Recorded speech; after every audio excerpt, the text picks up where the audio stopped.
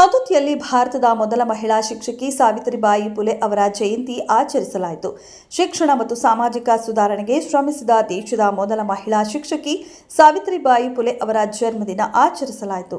ಅಕ್ಷರದ ಅವ್ವ, ಹೆಣ್ಣು ಮಕ್ಕಳ ಶಿಕ್ಷಣಕ್ಕಾಗಿ ಬುನಾದಿ ಹಾಕಿದ ಸಾವಿತ್ರಿಬಾಯಿ ಫುಲೆ ಅವರನ್ನ ನೆನಪಿಸಲಾಯಿತು.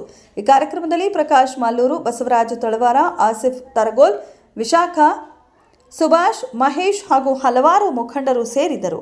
ಜಿಲ್ಲಾ ವರದಿಗಾರರು ಅಸ್ಲಾಂ ನಿಪ್ಪಾಣಿ. ಕ್ಷಣ ಕ್ಷಣದ ಸುದ್ದಿಗಾಗಿ ವೀಕ್ಷಿಸಿ ರಾಷ್ಟ್ರಧ್ವನಿ ನ್ಯೂಸ್ ಕನ್ನಡ.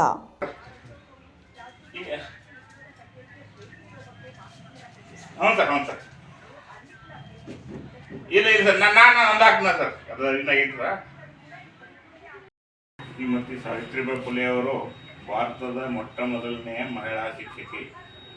ಇವರು ಶಿಕ್ಷಕ ವೃತ್ತಿಯನ್ನು ಮಾಡಬೇಕಾದ್ರೆ ಮಹಿಳೆಯರಿಗೆ ಅಂದರೆ ಬಾಲಕಿಯರಿಗೆ, ಮಹಿಳೆಯರಿಗೆ ಶಿಕ್ಷಣವನ್ನು ಕಲಿಸ್ಬೇಕಂತೇಳಿ ಇವರು ಉದ್ದೇಶ.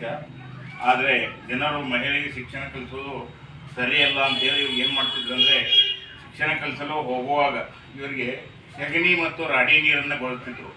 ಯಾಕಪ್ಪ ಅಂದರೆ ಇವರು ಶಿಕ್ಷಣವನ್ನು ಮಹಿಳೆಯರಿಗೆ ಶಿಕ್ಷಣ ಕಲಿಸಬಾರ್ದು ಅನ್ನೋ ಉದ್ದೇಶಕ್ಕೆ ಈ ರೀತಿಯಾಗಿ ಮಾಡ್ತಿದ್ರು. ಅದಕ್ಕೆ ಇವರು ಏನು ಮಾಡ್ತಿದ್ರಪ್ಪ ಅಂದರೆ, ಹೋಗುವಾಗ ಶಿಕ್ಷಣ ಕಲಿಸೋಕ್ಕೆ ಶಾಲೆಗೆ ಹೋಗುವಾಗ ಬ್ಯಾಗ್ನಲ್ಲಿ ಒಂದು ಸೀರೆಯನ್ನು ಹೆಚ್ಚಿಗೆ ತೊಗೊಂಡು ಹೋಗ್ತಿದ್ರು.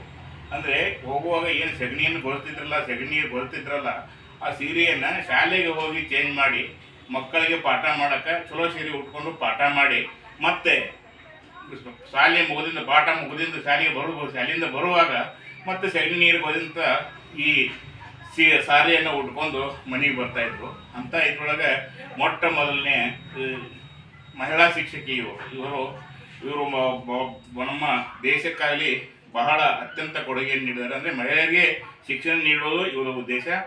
ಇವರಿಗೆ ಸಹಕಾರ ನೀಡಿದಂಥ ಜ್ಯೋತಿಬಾ ಫುಲೆ ಅವರು ಕೂಡ ಬಹಳ ಒಳ್ಳೆಯ ಮಹಾನ್ ಮೇಧಾವಿ.